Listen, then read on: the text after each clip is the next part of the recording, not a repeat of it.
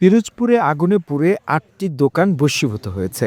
নাজিরপুর উপজেলায় শ্রীরামকাঠি বাজারে এই অগ্নিকাণ্ডের ঘটনা সংঘটিত হয়। স্থানীয় ফায়ার সার্ভিস সূত্রে জানা যায়, শ্রীরামকাঠি বাজারের মুদি ব্যবসায়ী শাহজাহানের দোকান থেকে আগুনের সূত্রপাত হয়, পরে তা ছড়িয়ে পড়ে। স্থানীয়রা ফায়ার সার্ভিসে খবর দিলে ফায়ার সার্ভিসের ২টি ইউনিট ১ ঘণ্টা প্রচেষ্টায় আগুন নিয়ন্ত্রণে আনে। ততক্ষণে মুদি, ইলেকট্রিক, মোবাইল সহ মোট ৮টি দোকান পুড়ে ভস্মীভূত হয়ে যায়। শ্রীরামকাঠি বাজারের মুদি ব্যবসায়ী শাহজাহান বলেন, আগুন লাগার খবর শুনে আস্তে আস্তে তার দোকানের সব মালামাল পুড়ে ছাই হয়ে যায় এবং অগ্নিকাণ্ডের ঘটনায় প্রায় ৬ লক্ষ টাকার ক্ষয়ক্ষতি হয়েছে বলে দাবি তার। আমার দোকান পুড়ে গেছে। আমার দোকান কনফেকশনারি দোকান, ফ্ল্যাক্সি ছিল, ৫-৬ লাখ টাকা ক্ষয়ক্ষতি হয়েছে। আমার দোকান আছে শ্রীরামকাঠি বাজারে। আমার ৪ দোকানের পাশাপাশি ফ্ল্যাক্সি লোডের দোকান। আমার মোবাইল টোবাইল ছিল, টাকা পয়সা ছিল, প্রায় ২-২.৫ লাখ টাকার মতন ক্ষয়ক্ষতি হয়েছে। আমার শ্রীরামকাঠি দোকান, আমার দোকান পুড়িয়ে যায়, আমার ৫-৬ লাখ টাকার ক্ষয়ক্ষতি হয়েছে।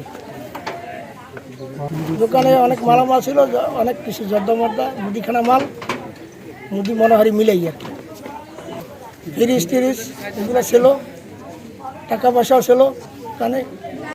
নাজিরপুর উপজেলার ফায়ার সার্ভিসের স্টেশন অফিসার মোহাম্মদ সোয়াইব হোসেন বলেন, আগুন লাগার খবর শুনে ঘটনাস্থলে ফিরে ফায়ার সার্ভিসের ২টি ইউনিটের ১ ঘণ্টার চেষ্টা আগুন নিয়ন্ত্রণে আনে। প্রাথমিকভাবে ধারণা করা হচ্ছে বৈদ্যুতিক শর্ট সার্কিটের মাধ্যমে অগ্নিকাণ্ডের সূত্রপাত হয়েছে। অগ্নিকাণ্ডের ঘটনায় আনুমানিক ১০ লক্ষ টাকার ক্ষয়ক্ষতি হয়েছে। অ্যাম্বুলেন্স ও 999-এর মাধ্যমে আমরা জানতে পারি শ্রীরামকাঠি বন্দরে একটি অগ্নিকাণ্ড সংঘটিত হয়েছে। সাথে সাথে আমরা আমাদের 2টা ইউনিট সহ আমরা শ্রীরামকাঠি বন্দরে আমরা গমন করি। যাওয়ার পর দেখতে পাই দাও দাও করে আগুন জ্বলতেছে এবং সেখানে যে উপস্থিত জনতা ছিলেন তাদের সহায়তায় আমরা 1 ঘন্টার প্রচেষ্টায় সম্পূর্ণ আগুন নির্বাপন করে সমর্থন হই। আগুন নির্বাপন শেষে আমরা উপস্থিত জনতার সাথে কথা বলে জানতে পারি যে বৈদ্যুতিক শর্ট সার্কিটের মাধ্যমে আগুনটা লেগেছে এবং সেখানে ক্ষতি আমরা নির্বাপন করে দেখা যায় যে 18 থেকে 20 লাখ টাকার মতো ক্ষতি হয়েছে এবং 40 থেকে 50 লাখ টাকার মতো পার্শ্ববর্তী বাজার, মার্কেট, বসতবাড়ি উদ্ধার করতে আমরা সমর্থন হই।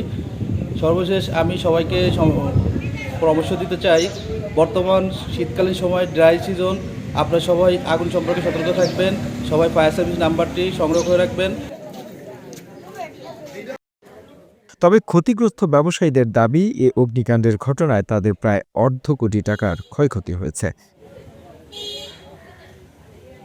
তার নিউজ বাংলাদেশ ডেস্ক রিপোর্ট।